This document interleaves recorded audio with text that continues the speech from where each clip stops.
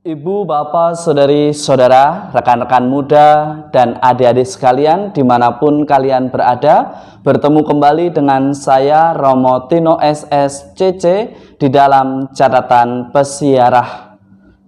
Iman saja tanpa perwujudan dalam perbuatan kita yang nyata tidaklah cukup atau menjadi percuma ketika kita beriman. Betul bahwa iman itu menyelamatkan, tetapi tidak akan nampak atau kelihatan ketika kita tidak lakukan dalam perbuatan kita. Jika Anda, saya, dan kita semua mengaku sebagai murid Kristus, apakah kita sudah melakukan apa yang kita imani di dalam perbuatan hidup kita? Sebelum kita mendengarkan permenungan dari catatan pesiarah, marilah kita membuat tanda kemenangan Kristus. Dalam nama Bapa dan Putera dan Roh Kudus. Amin. Ya Allah, Putramu telah rela menderita sampai wafat di salib demi keselamatan kami. Semoga salib Putramu itu selalu menjadi sumber kekuatan pada saat kami mengalami penderitaan dan menjadi pendorong bagi kami untuk berempati terhadap penderitaan sesama, sebab Dialah Tuhan dan pengantara kami. Amin. Ibu, bapak, saudari, saudara, rekan-rekan muda, dan adik-adik sekalian yang terkasih dalam Yesus Kristus, pada hari ini dalam bacaan pertama, Yesaya memberikan gambaran mengenai hamba Tuhan yang taat, yang merelakan dirinya menderita demi keselamatan umatnya. Ia bahkan memberikan punggungnya kepada orang-orang yang memukulnya, yang menghinanya. Namun hamba Yahweh tetap setia dan taat, karena Allah sendirilah kekuatan dan andalan hidupnya. Dari kitab Yesaya, kita semua sebagai umat beriman, Anda dan saya serta kita semua diajak untuk merefleksikan dan merenungkan. Masihkah kita bertanya, mengapa sih kita mau berdoa, mau perayaan Ekaristi, harus mendaftar terlebih dahulu, harus vaksin lengkap terlebih dahulu, harus memiliki peduli lindungi? Mengapa kita harus terdaftar di dalam biduk?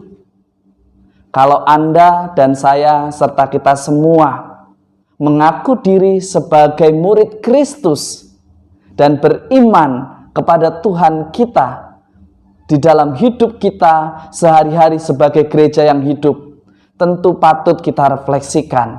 Benarkah kita menghayati apa yang kita imani di dalam persiarahan hidup kita?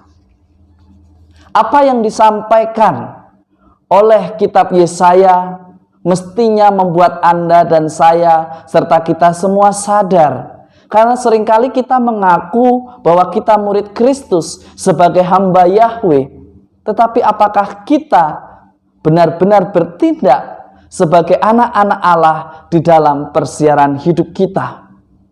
Di dalam surat Rasul Yakobus jelas dikatakan di sana, jika iman tidak disertai dengan sebuah perbuatan, maka iman itu pada hakikatnya mati. Tidak sedikit orang berpandangan bahwa iman saja sudah cukup tanpa harus melakukan perbuatan nyata di dalam persiaran hidup kita.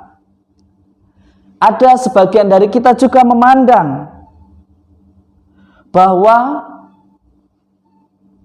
konsekuensi sebagai orang beriman kita semua harus melakukan di dalam perbuatan kita sehari-hari sebagai perwujudan akan kasih Allah di mana Ia yang kita imani.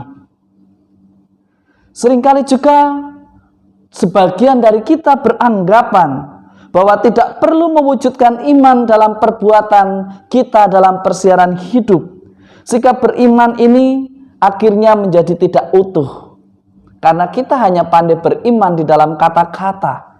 Tetapi Tuhan kita Yesus Kristus sudah memberikan teladan itu. Beriman berarti di dalam totalitas sebagai pribadi yang hidup, tidak hanya seia dalam perkataan, tetapi juga seia dalam tindakan dan perbuatan kita di dalam persiaran hidup kita. Ini menjadi refleksi bagi Anda, saya, serta kita semua yang masih mempertanyakan, ke gereja kok sekarang repot ya? Ke gereja kok harus vaksin ya? Ke gereja kok harus perlu surat keterangan dokter ya? Jika kita menghayati apa yang disampaikan oleh kitab Nabi Yesaya, kita akan sadar sikap peduli dan bela rasa kita sungguh terwujud ketika kita boleh ambil bagian dalam memikul salib, dalam ketaatan kita mengikuti aturan yang disampaikan oleh pemerintah maupun oleh gereja. Semuanya diadakan demi keselamatan bersama. Boleh kita memberikan kelonggaran, tetapi jangan sampai sikap keras kepala kita, sikap keras hati kita, sikap yang merasa kasihan yang berlebihan justru akhirnya menjadi ancaman dan membahayakan nyawa dan keselamatan banyak orang. Di dalam Injil Markus hari ini kita juga diajak untuk merefleksikan dan merenungkan bahwa bagi kita manusia, Yesus Sang Mesias yang sudah datang merupakan tokoh sentral di dalam hidup kita.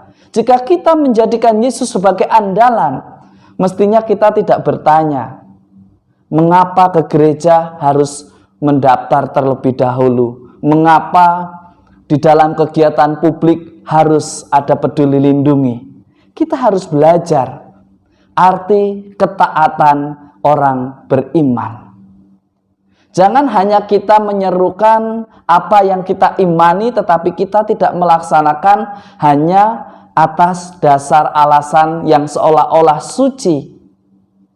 Kita diingatkan, sebagai orang beriman justru bukan menjadi pribadi yang senantiasa menantang, tetapi kita diajak untuk menghayati apa yang menjadi rencana Allah di dalam persiaran hidup kita.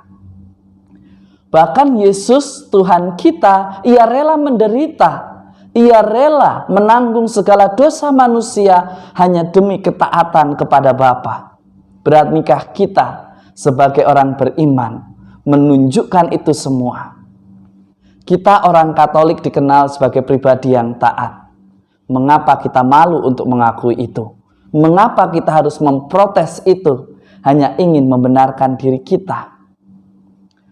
Mari kita bersama-sama berefleksi bahwa iman tanpa perbuatan pada hakikatnya mati. Jangan kita berbicara kasih jika kita tidak mampu mengampuni. Mengampuni memang seringkali kita menderita.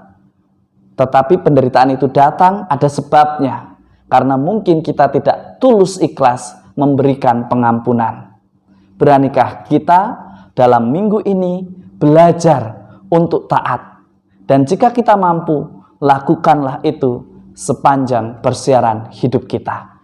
Semoga berkat Tuhan senantiasa melindungi dan memberkati kita semua dalam nama Bapa dan Putera dan Roh Kudus. Amin. Ibu, bapak, saudari, saudara, rekan-rekan muda, dan adik-adik sekalian yang terkasih. Perwujudan iman yang paling nyata pada saat ini, di masa PPKM ini, adalah ketaatan kita pada prokes. Demi keselamatan banyak orang, kita mesti boleh ambil bagian untuk berbela rasa, ambil bagian untuk menderita sedikit demi sebuah keselamatan. Jangan kita terus-menerus melakukan provokasi yang menolak sesuatu yang sudah baik. Kita tahu bahwa setiap keputusan tidak menyenangkan semuanya, tetapi keputusan ini adalah keputusan yang paling baik untuk negara kita dan juga bagi gereja kita. Beranikah kita bersaksi? Sekali lagi, beriman tanpa perbuatan pada hakikatnya mati. Jadilah pribadi dan gereja yang hidup dengan menghidupi apa yang kita imani di dalam perkataan, tindakan, dan perbuatan kita. Selamat hari Minggu, Tuhan memberkati. Amin.